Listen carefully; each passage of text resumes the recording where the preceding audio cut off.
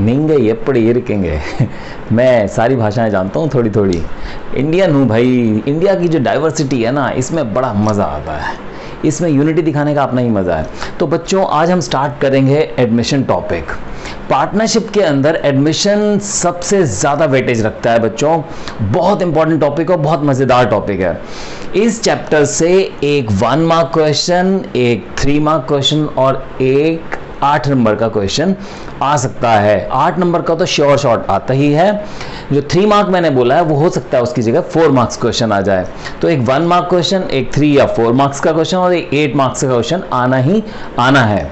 तो बच्चों, इतना इंपॉर्टेंट टॉपिक है तो हम इसको स्टार्ट करते हैं। सबसे पहले हम सीखते हैं प्रॉफिट शेयरिंग रेशो। मतलब ये कि 2 पार्टनर्स पहले से बिजनेस में और एक नया पार्टनर आ रहा है, तो उसके आने से प्रॉफिट शेयरिंग रेशो में फर्क तो पड़ना ही है। उसके आने से अब नई रेशो क्या होने वाली है। फॉर एग्जाम्पल, आप और आपका फ्रेंड बिजनेस करते हैं, एक पिज्जा मंगाते हैं, हाफ हाफ डिवाइड करते हैं और खा जाते हैं। लेकिन अब आपका एक फ्रेंड भी आ चुका है इस बिजनेस में, वो कहता है कि मुझे 1/4 पिज्जा चाहिए। अगर आप उसे 1/4 पिज्जा दे दोगे तो आपके लिए तो बहुत कम बचेगा। तो जो बचेगा उसे आप कैसे डिवाइड करोगे? उस बचे हुए पिज्जा का हाफ हाफ। कितना इजी था, बिल्कुल ऐसे ही कैलकुलेट करना है हमें। बस ये हाफ का चक्कर नहीं होता, इसलिए बच्चे परेशान हो जाते हैं। तो मैं आपको समझाता हूं कि ए और बी पार्टनर्स हैं, 3:2 में बिजनेस करते हैं। सी आया है और कहता है कि मुझे तो 1/4 चाहिए। अब सी को अगर हम 1/4 दे देते हैं तो बचे हुए पिज्जा, डोसा या जो भी है, उसका जो बचा हुआ पिज्जा या डोसा होगा उसका 3/5 लेगा ए और 2/5 लेगा बी। मैं एक रेक्टेंगुलर पिज्जा बनाता हूं, उससे आपको जल्दी समझ में आएगा। इस रेक्टेंगुलर पिज्जा का 1/4 सी को चाहिए, तो 1/4 हो गया ये। अब इसको अलग कर लेते हैं। ये प्लेट में निकाल के इसने अलग कर लिया है, तो ये हमने सी को दे दिया। तो अब ये कितना बच गया? ये 1/4 है, तो ये 3/4 बच गया। अब इस बचे हुए 3/4 पिज्जा के 5 इक्वल पीसेस करे जाएंगे और उसमें से 3 पीस ले लेगा ए और 2 पीस ले लेगा बी। ऐसा ही तो वो हमेशा करते थे। तो चलो इसको डिवाइड करते हैं 5 पीसेस में। ये इक्वल नहीं है लेकिन करते वो इक्वल है, ठीक है। तो अब ये जो इक्वल 5 पीसेस हैं, इसमें से ए ले लेगा 3 पीस और ये जो बचे हुए 2 पीस हैं ये ले लेगा बी। तो ये कितना आसान था समझने के लिए। लेकिन जब आप यहां पे करते हैं न्यूमेरिक्स में तो आपको दिक्कत आती है, क्योंकि वहां पे न्यूमेरिक्स आ जाते हैं तो प्रॉब्लम आती है। तो अब बच्चों समझते हैं इसको आराम से। सी को हमने 1/4 दे दिया तो अब बच गया 3/4। अगर आपको इसमें दिक्कत आ रही है तो मैं पिज्जा ऐसा बना देता हूं। बचा हुआ पिज्जा 3/4 कुछ इस तरीके से होगा। अगर फुल पिज्जा ये है, इसमें से अगर हम 1/4 निकाल दें तो बचा हुआ पिज्जा कुछ इस तरीके से होगा 3/4। तो इस बचे हुए 3/4 पिज्जा का 3/5 मिलना चाहिए ए को, तो ये हो गया 9/20। इस बचे हुए पिज्जा का 2/5 मिलना चाहिए बी को, तो ये हो गया 6/20। और सी का शेयर तो 1/4 है। लेकिन रेशियो प्रोपोर्शन की जो बेसिक प्रॉपर्टीज हैं वो ये कहती हैं कि बेस सेम होना चाहिए। तो यहां तो 20, यहां 20, बट यहां 4 है, तो बेस इक्वल करने के लिए हम 5/5 से मल्टीप्लाई कर देंगे। तो अब ये हो गया हमारा 5/20। तो बच्चों ये आ गया हमारा न्यू रेशियो। तो ये सबसे सिंपल केस है और इसे हम केस 1 कहते हैं। इसके जैसा एक क्वेश्चन मैं आपके लिए लिख रहा हूं, बट आपको स्क्रीन पॉज करनी है मेरे क्वेश्चन लिखने के साथ ही। जैसे ही मेरा क्वेश्चन खत्म होगा आपको स्क्रीन पॉज करनी है, क्योंकि मैं तो क्वेश्चन लिखने के बाद सॉल्व करना भी स्टार्ट कर दूंगा। लेकिन आपको स्क्रीन पॉज करके सेल्फ डिसिप्लिन्ड होके तुरंत सॉल्व करना है, फिर आंसर चेक करना है कंटिन्यू करके, वीडियो को रिज्यूम करके, ठीक है।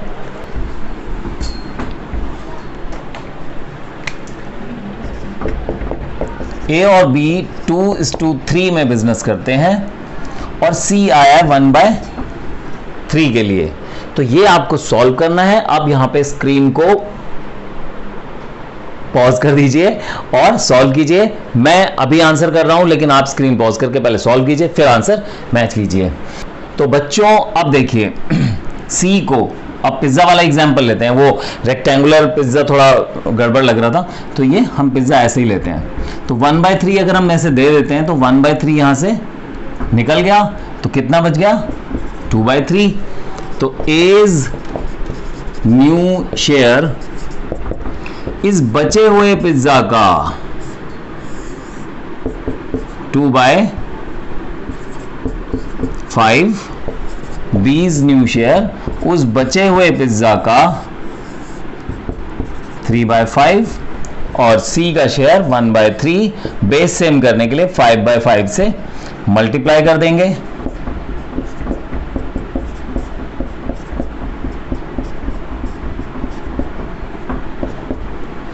तो ये हो गया हमारा केस 1 का एक और एग्जाम्पल। तो चलिए अब हम चलते हैं नेक्स्ट केस की तरफ, जिसमें बचे हुए पिज्जा को डिवाइड करते वक्त ए और बी के बीच में झगड़ा हो जाता है और वो उसी टाइम ऑन द स्पॉट अपना रेशो चेंज कर लेते हैं।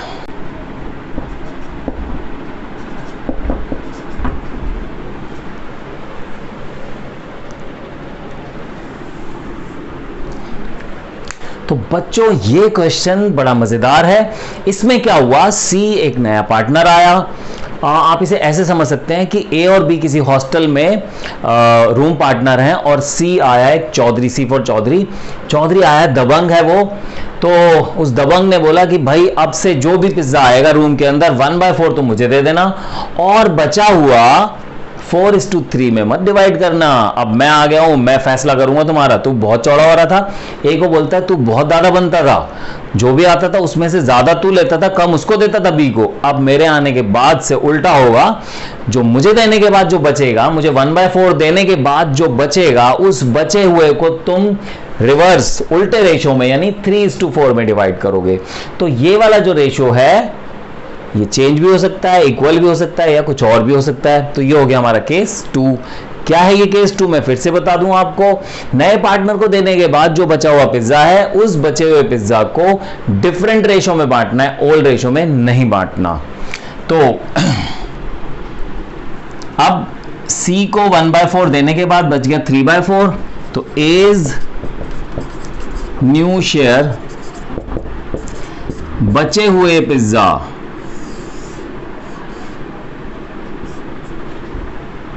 गोल नहीं होता ना बचे हुए पिज्जा का 3/4 ए को मिलेगा, क्योंकि उसने रेशो रिवर्स कर दिया। और इस बचे हुए पिज्जा का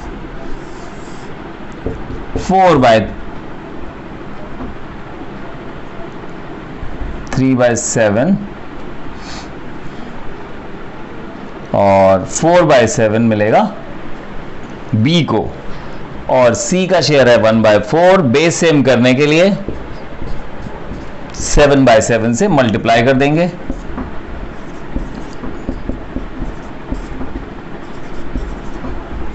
तो ये हो गया हमारा केस 2। बिल्कुल इसके जैसा एक क्वेश्चन दे रहा हूं मैं आपको करने के लिए।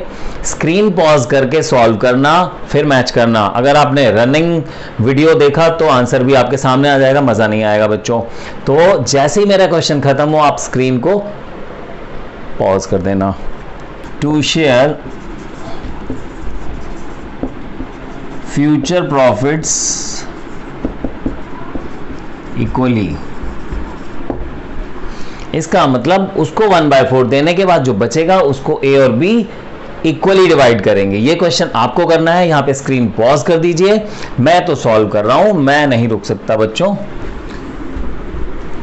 तो एज न्यू शेयर उसको 1/4 देने के बाद बच गया 3/4। इस 3/4 इक्वली डिवाइड करना है, तो हाफ हाफ हो गया। दो लोगों के बीच में इक्वल का मतलब 50-50, हाफ हाफ। बचे हुए पिज्जा का हाफ हाफ और सी का शेयर 1/4 है। बेस सेम करने के लिए 2/2 से मल्टीप्लाई कर देंगे।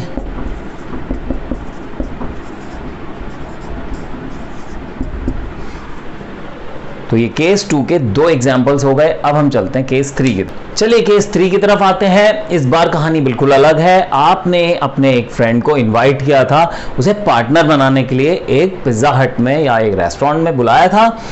वो आया नहीं। आपने क्या करा कि लगता है कि वो शायद इंटरेस्टेड नहीं है हमारे बिजनेस में। ऐसा करते हैं, जो हमने पिज्ज़ा मंगाया उसे हम हमारे रेशो में, जो हमारा रेशो 4:3 में डिवाइड कर लेते हैं। तो ए और बी ने उस पिज्ज़ा पे कटर चला दिया बराबर बराबर 7 पीसेस डिवाइड किए और 4 पीसेस ए ने ले लिए, 3 पीसेस बी को दे दिए, जैसा इनके बीच में हमेशा होता था। अपनी अपनी प्लेट में रख के खाना स्टार्ट करने ही वाले थे कि सी आ गया, जिस बात का डर था। अब सी आ गया तो उसने बोला कोई बात नहीं, तुम लोग कंटिन्यू करो, बस तुम लोग अपनी अपनी प्लेट में से एक एक पीस उठा के मुझे दे दो। और उसने वेटर से एक प्लेट मंगाई, एक एक पीस दोनों की प्लेट में से उठा के अपनी प्लेट में रख लिया। यह है केस हमारे सामने। C takes 1/7 share from A and 1/7 share from B. तो अब अगर आपसे कोई पूछे कि ए की प्लेट में कितना बचा है, तो सिंपल, जितना पहले था उसमें से माइनस कर दो जितना उसने उठा के रख दिया है। तो एज न्यू शेयर, जितना पहले उसकी प्लेट में था माइनस जितना उसने उठा के रख दिया सी की प्लेट में। बी का शेयर पहले 3/7 था माइनस जितना उसने प्लेट में उठा के रख दिया है सी की। और सी के पास 2 पीसेस हैं, 1/7 ए की प्लेट से उठाया हुआ और 1/7 बी की प्लेट से उठाया हुआ। तो ये हो गया 3/7, 2/7 एंड 2/7, 3, 2, 2। तो ये हो गया हमारा केस 3। अब इसी के जैसा मैं क्वेश्चन लिख रहे जा रहा हूं, लेकिन जहां पे क्वेश्चन खत्म होगा आपको स्क्रीन पॉज करनी है और सॉल्व करना है। सॉल्व करने के बाद मेरा आंसर चेक करना है, चीटिंग नहीं। चलिए स्क्रीन को पॉज कीजिए और जल्दी से सॉल्व कीजिए, मैं तो कंटिन्यू कर रहा हूं। अब ए का न्यू शेयर फाइंड करना है, तो जितना प्लेट में रखा था 5/9 रखा था, उसमें से 1/9 उसने सी को दे दिया। 4/9 बी की प्लेट में रखा था, 1/9 उसने सी को दे दिया। तो 4/9, 3/9 और सी की प्लेट में 2 पीसेस हैं, एक 1/9 प्लस 1/9 तो 2/9। तो ये हो गया 4:3:2, न्यू रेशो हो गया 4:3:2। तो चलिए बच्चों अब हम चलते हैं केस 4 की तरफ। बच्चों कहानी में थोड़ा ट्विस्ट आ चुका है। इस बार ए ने सी को जो दिया है वो सीधा सीधा नहीं गिवन है, फाइंड करना पड़ेगा।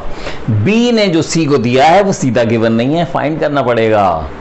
इतने अच्छे नहीं है वो लोग कि आपको हमेशा ऐसा लड्डू क्वेश्चन देंगे। तो अभी इस क्वेश्चन में लिखा हुआ है कि A surrenders 1/5 of his share.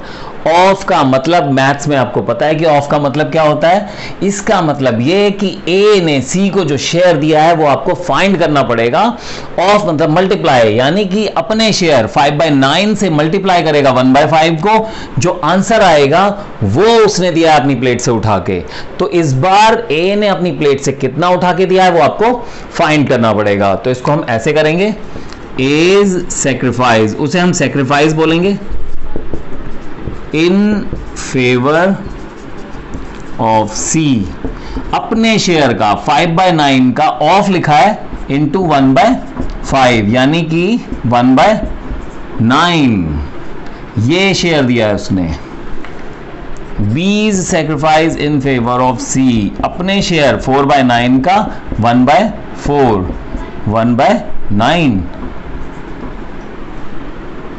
तो जो उन्होंने अपनी प्लेट से उठा के दिया है पिज्जा, वो इस बार आपको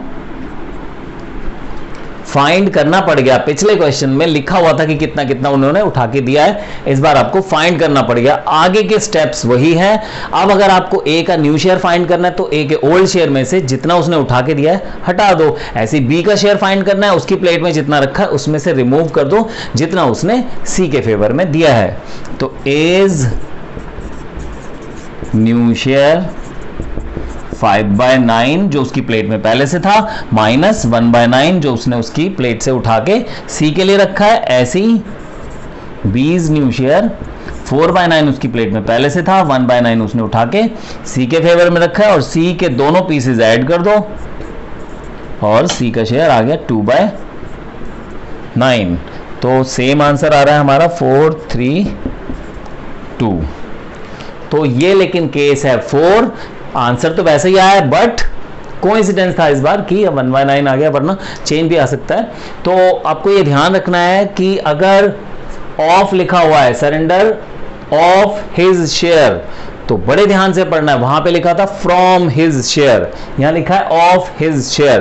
तो ऑफ में आपको मल्टीप्लाई करना है, मल्टीप्लाई करके फाइंड करना है कि कितना शेयर उसने उठा के सी के फेवर में रखा है। बच्चों बहुत ध्यान से पढ़ना है, इसमें सबसे ज्यादा गलती होती है। बच्चे जब ये कर रहे होते हैं तो उनको लगता है अरे यार ये तो बड़ा आसान है, बड़े आराम से हो जाएगा, लेकिन यहीं पे गलतियां करते हैं और बिना मतलब में 3 मार्क के क्वेश्चन में 1 या फिर 1.5 आता है उनका। अगर ये 4 मार्क्स का है तो 2 ही आ पाते हैं। तो इस गलती को नहीं करना है, नहीं करना है और नहीं करना है। तो चलिए केस 5 की तरफ नहीं जाएंगे, केस 4 का ही एक क्वेश्चन करेंगे प्रैक्टिस के लिए। क्वेश्चन लिखने के बाद मैं रुक जाऊंगा, नहीं मैं नहीं रुकूंगा, मैं सॉल्व करता रहूंगा। आपको स्क्रीन पॉज करनी है और सॉल्व करना है, फिर आंसर मैच करना है। ये जल्दी से फाइंड कीजिए स्क्रीन पॉज करके, मैं तो रुकने वाला नहीं हूं। is sacrifice in favor of C 4/7 का 1/4, 1/7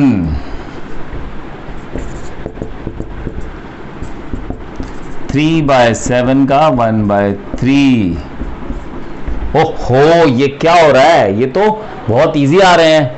अरे भाई ये क्वेश्चन मैंने बनाया है, लेकिन बोर्ड में ऐसे इतने इजी क्वेश्चंस नहीं आते हैं। तो अब आपको पता चल गया है कि ए ने कितना सैक्रिफाइस किया है और बी ने कितना सैक्रिफाइस किया है।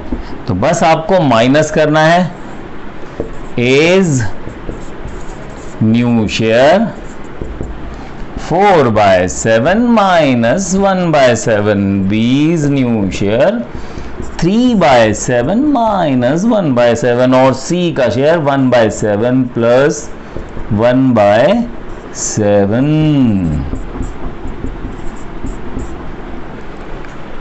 तो ये केस 4 का सेकेंड एग्जाम्पल। अब हम चलते हैं केस 5 की तरफ। बच्चों जैसे केस 4 केस 3 से थोड़ा सा रिलेटेड था, ये वाला केस पिछले वाले से रिलेटेड है। कैसे? C कम्स फॉर 1/3 शेयर, इस बार C का शेयर बता दिया, इस बार प्लेट से उठाने का चक्कर खत्म। C का 1/3 शेयर दे रखा है, लेकिन लिखा हुआ है कि ये जो 1/3 है इसने 2:1 में एक्वायर किया है। मतलब ये कि जो ये 1/3 ले रहा है, इस 1/3 का 2/3 इसने A से लिया है और इस 1/3 का 1/3 इसने B से लिया है। फिर से बोल दूं मैं, इस 1/3 का 2/3 इसने A से लिया है और इस 1/3 का 1/3 इसने B से लिया है। तो कहानी को थोड़ा ट्विस्ट किया है। तो इस बार आपको इन लोगों के शेयर से मल्टीप्लाई करके नहीं फाइंड करना पड़ रहा है, इस बार आप सैक्रिफाइस कैसे फाइंड कर रहे हो, खुद उसी के शेयर से मल्टीप्लाई करके। तो 1/3 का 2/3 और 1/3 का 1/3, 2/9 1/9। तो एज आप ऐसे लिख सकते हो, as sacrifice in favour of C. कैसे फाइंड किया? 1/3 का 2/3 that is 2/9। B sacrifice in favour of C 1/3 का 1/3 यानी 1/9। और अब एज न्यू शेयर जो उसकी प्लेट में पहले से रखा है 5/9, उसमें से हटा दो जितना उसने ए को दिया है, सी को दिया है 2/9। और बी का न्यू शेयर जो उसकी प्लेट में रखा था उसमें से माइनस कर दो जितना उसने सी को दिया है। और सी का शेयर तो 2/9 प्लस 1/9 3/9, तो 3 यानी इक्वल रेशो आ जाएगा। तो इसके जैसा एक क्वेश्चन मैं लिख रहा हूं, वो आपको खुद करना है स्क्रीन पॉज करके। तो ये क्वेश्चन मैंने लिख दिया है, ए और बी का 6:4 है, सी 1/5 के लिए आया है, जो उसने एक्वायर किया है 1:1 में 1/5 का। तो 1/5 से ये मल्टीप्लाई करके आपको पता चलेगा कि ए ने कितना दिया है और बी ने कितना दिया है। करिए इसको जल्दी से स्क्रीन पॉज करके, मैं तो रुकने वाला नहीं हूं। ए ने कितना सेक्रीफाइस किया है, सी अपने शेयर का 1/2, तो ये हो गया सॉरी, ए ने कितना सेक्रीफाइस किया है 1/5 का 1/2 यानी 1/10। बी ने कितना सेक्रीफाइस किया है 1/5 का 1/2 1/10। एज न्यू शेयर जितना उसकी प्लेट में पहले से था उसमें से उसने 1/10 दे दिया। बी का 4/10 था, उसने 1/10 दे दिया। और सी का तो 1/10 प्लस 1/10, तो ये हो गया 6/5/10 3/10 और 2/10 5 3 2। तो बच्चों अब हम बढ़ते हैं थोड़े से डिफिकल्ट केसेस की तरफ जो इन्हीं से डिराइव होके बने हैं। वैसे देखा जाए तो सिर्फ 5 केसेस ही हैं, लेकिन जितने आने वाले केसेस हैं वो इन्हीं से डिराइव हुए हैं और थोड़े से डिफिकल्ट क्वेश्चन है इलस्ट्रेशंस में टीएस ग्रेवाल के। तो में हम रेशो के टफ वाले केसेस या ऐसे केसेस जो थोड़े से ट्विस्टेड है, थोड़े से कॉम्प्लिकेटेड है, वो वाले केसेस करेंगे। ये क्वेश्चन देख रहे हैं आप, इसमें एक्स वाई जी का रेशो है 2:1 और डब्ल्यू आया है 1/6 के लिए, मतलब 3 पार्टनर पहले से और एक 4th पार्टनर आया है 1/6 के लिए। और लिखा हुआ है, ये मैंने स्टार बनाया यहाँ पे, जी विल रिटेन हिज शेयर, जी अपना शेयर रिटेन करेगा। मतलब ये कि पहले ही 3 पार्टनर हैं, फिर 4th को बुलाने की जरूरत क्या है। जी मना कर रहा था कि मत बुलाओ डब्ल्यू को, मत बुलाओ, लेकिन एक्स और वाई अड़े हुए थे, शायद उनका बेस्ट फ्रेंड होगा। तो एक्स और वाई का बेस्ट फ्रेंड था लेकिन डब्ल्यू का तो नहीं था, तो डब्ल्यू ने बोला, सॉरी जी का तो नहीं था, तो जी ने बोला कि मैं तो अपना शेयर रिटेन करूंगा, मुझे तो 1/5 मिलता है तो 1/5 ही मिलेगा। पिज्जा में 1/5 चाहिए तो 1/5 चाहिए भाई, कुछ भी हो जाए। अब एक्स और वाई कहते हैं चल ठीक है तू रख यार, तू ज्यादा मत कर, तू ज्यादा बन रहा है ना, कोई बात नहीं, तू रख 1/5, हम अपने में से दे देंगे। तो अब देखिए कैसे करेंगे हम। रिमेनिंग शेयर यानी बचा हुआ पिज्जा, रिमेनिंग शेयर कैसे फाइंड करेंगे। 1 में से 1/5 तो उसका हटा दो जी का, क्योंकि वो कह रहा है मैं तो अपना शेयर रिटेन करूंगा, और इसका 1/6 रिमूव कर दो, तो ये आ जाए 19/30। अब ये बचा हुआ पिज्जा है, इस बचे हुए पिज्जा में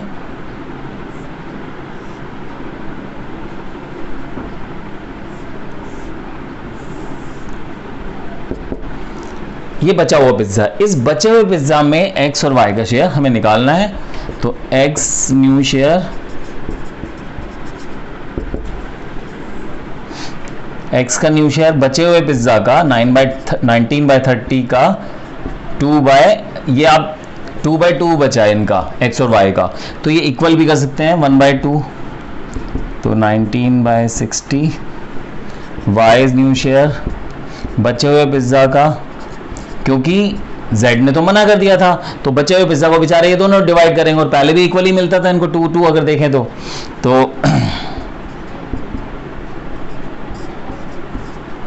और Z ने तो अपना रिटेन किया था 1/5, तो बेस सेम करने के लिए अभी बाद में करते हैं बेस सेम, और W का है 1/6, तो अपॉन में 60 आ रहा है, तो हमें 12 से मल्टीप्लाई करना पड़ेगा, 12/60, और यहां पे हमें 10 से मल्टीप्लाई करना पड़ेगा, तो 10/60, तो रेशो हो गया 19:19:12:10। तो बच्चों ये हो गया इस क्वेश्चन का आंसर। मैं एक बार फिर से बता देता हूं, XYZ पार्टनर्स हैं, 2 to 1 में बिजनेस कर रहे हैं। W को बुलाया 1/6 के लिए। Z ने बोल दिया कि मैं तो अपना शेयर रिटेन करूंगा, 1/5 मेरा जैसा है वैसे ही रहना चाहिए।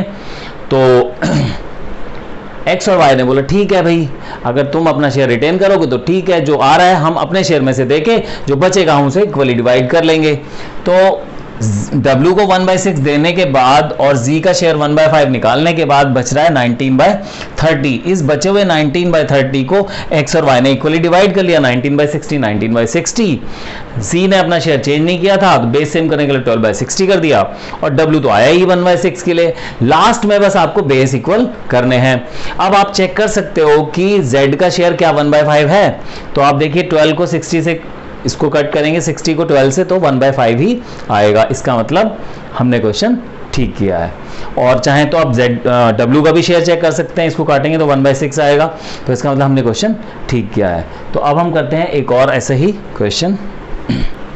ये क्वेश्चन बहुत मजेदार है बच्चों। रेशियो प्रोपोर्शन के जो कॉम्पिटिटिव एग्जाम्स के क्वेश्चन होते हैं उसमें ऐसा क्वेश्चन जरूर आता है, और ये जो CPT जो CA फाउंडेशन होता है उसमें भी पहले ऐसा क्वेश्चन आता था। तो ऐसा क्वेश्चन उसमें भी आ सकता है, बट उसमें सॉल्व करने का तरीका बिल्कुल अलग है, शॉर्टकट ट्रिक चलती है, तो वो शॉर्टकट ट्रिक भी बता दूंगा मैं। लेकिन फिलहाल मैं आपको बता दूं ये क्वेश्चन है क्या। L और M 5:3 में बिजनेस करते हैं, नया पार्टनर N आ रहा है, लेकिन उसका शेयर नहीं बताया। ये बोला है कि जो L और M का रेशो है, जो रिश्ता है, वही M और N का रिश्ता होना चाहिए शेयर में, प्रॉफिट शेयरिंग में। L और M का रिश्ता प्रॉफिट शेयरिंग में 5:3 का है, तो M और N का रिश्ता भी 5:3 होना चाहिए। तो अब ऐसा न्यू रेशो फाइंड करना है जिससे कि अगर हम M और N को कंपेयर करें तो भी 5:3 आए, और LM को कंपेयर करें तो भी 5:3 आए। शॉर्टकट ट्रिक तो बच्चों बाद में बताऊंगा, पहले हम इसे करते हैं लंबे तरीके से। हम देखते हैं कि 3 जो है वो 5 का कितना परसेंट है, उतना ही परसेंट हम N का निकाल देंगे। तो 3 is 60% ऑफ 5। 3 5 का 60% है। ये कैसे फाइंड किया मैंने, 3/5 इंटू 100, ठीक है। तो 3 is 60% ऑफ 5। तो अगर मैं 3 का 60% निकाल दूं तो N का शेयर आ जाएगा। अगर इसका 60% ये है तो इसका 60% निकाल दूंगा तो N का शेयर आ जाएगा। क्लियर। तो 60% ऑफ 3 1.8। तो अब हमें L, M और N के रेशियो पता चल चुके हैं, 5, 3, 1.8। अगर आप इसे सिंपलेस्ट फॉर्म में करना चाहते हैं तो 5 से मल्टीप्लाई कर दीजिए। 5 से मल्टीप्लाई करेंगे तो 25, 15 एंड 9 आ जाएगा। तो ये हमारा आंसर आ गया है। अब मैं आपको शॉर्टकट से बता देता हूं।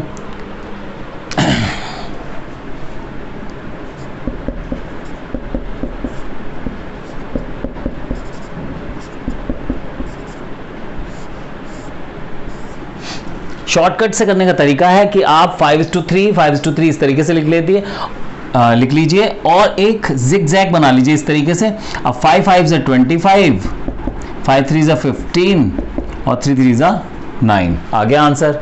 तो बच्चों देखा आंसर कितने आराम से आ गया। बट ये आप इसमें सिर्फ आंसर चेक करने के लिए ऐसा कर सकते हैं। 3 मार्क के क्वेश्चन को अगर आपने ऐसे सॉल्व किया तो मार्क्स आपको नहीं मिलेंगे, आपको इस तरीके से ही सॉल्व करना पड़ेगा। हालांकि ये भी बहुत बड़ा लंबा तरीका नहीं है। आपने क्या करा, 3 को परसेंटेज निकाला, 5 का कितना परसेंटेज है, 3 5 का 60% है, ठीक है।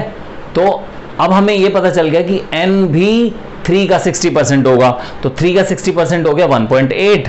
तो L M N का रेशो हो गया 5, 3 and 1.8। अब इसको सिंप्लीफाई कर दिया तो 25, 15 and 9 आ गया। तो ये हो गया हमारा एक और केस। अब बस एक लास्ट केस करते हैं और इसके बाद हम करेंगे ट्रीटमेंट ऑफ गुडविल। बच्चों ये क्वेश्चन बहुत ध्यान से पढ़ना है, बड़ा ट्रिकी क्वेश्चन है ये।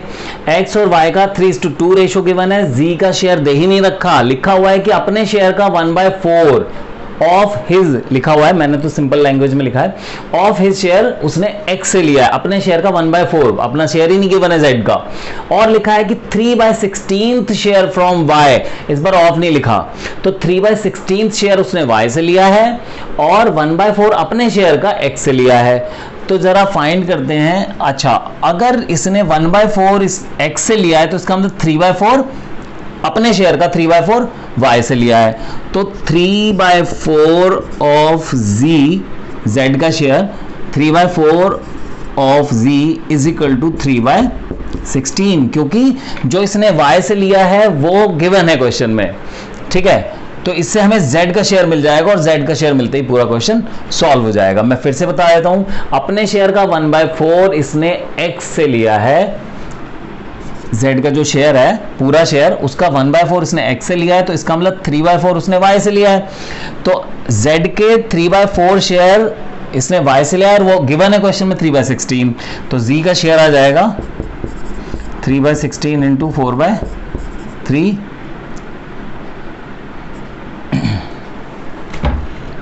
तो ये आ गया 1/4। इसका मतलब हमें z का शेयर पता चल गया है और z का शेयर पता चलते ही पूरा क्वेश्चन सॉल्व हो गया। अब x सैक्रिफाइस, देखिए y का सैक्रिफाइस हमें गिवन है, ये y का सैक्रिफाइस है, x का सैक्रिफाइस फाइंड करना है, x sacrifice in favour of z, तो कितना है 1/4 का 1/4, हमने z का शेयर निकाला 1/4, तो z का शेयर 1/4 है, 1/4 का 1/4 यानी 1/16, और y का सैक्रिफाइस तो 3/16 गिवन था पहले से ही, अब बस फाइंड कर लो।